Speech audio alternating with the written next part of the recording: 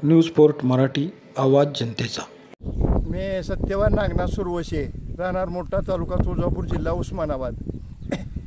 गाई म्हशीचा जोडधंदा करत असताना ते प्रत्येक पिका असू द्या किंवा ती धंदा करता असताना उत्पादन खर्च कमी झाला पाहिजे, त्याच्यावरला खर्च कमी झाला पाहिजे आणि उत्पन्न वाढलं पाहिजे। ही धोरण आखलं तर ती धंदा परवडतंय।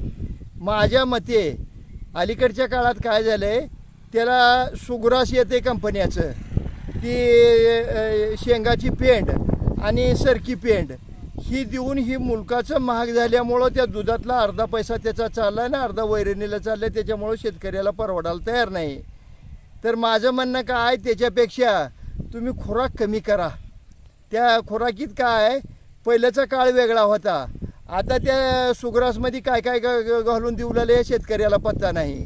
दुसरी गोष्ट, आता मशिनरी एवढे हेवीन टेक्नॉलॉजी पुढे गेली आहे की शेंगाचं पेंड देताना पूर्ण तेल काढलं गेलं चाललं, तुम्हाला कचरा देऊ लागले।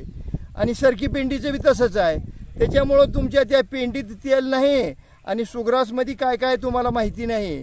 त्याच्या ती जर गाठलं महागडे तर तुमचा अर्धा दुधाचा खर्च जाते आणि तुम्हाला ही धंदा काय परवडणारा नाही।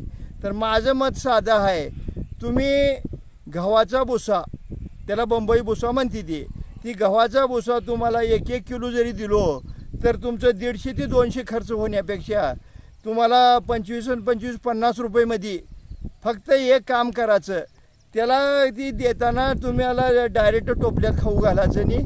त्याचं साधं गणित असं आहे की ती भुसा सकाळी आणि संध्याकाळी पाण्यात मिसळून पाजवायचं जनावराला।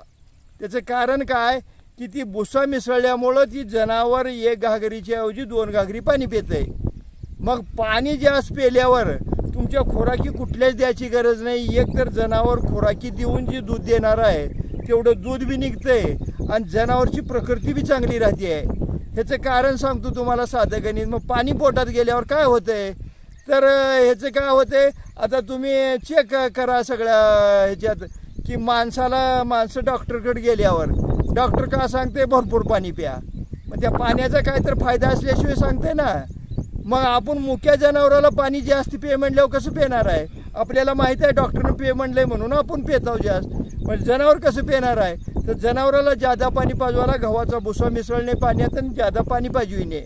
मला शेतकऱ्याला एक विनंती करायची आहे, तुम्ही 1-2 महिने करून बघा, प्रत्येक जनावराला सकाळी संध्याकाळी पाणी पाजवा, पाणी पाजवत असताना गव्हाचा भुसा मिसळून त्याला पाणी पाजवा, 2 महिन्यानं तुम्ही मला त्याचा रिझल्ट सांगा। म्हणजे कमी खर्चात केल्याशिवाय ही पर्याय नाही।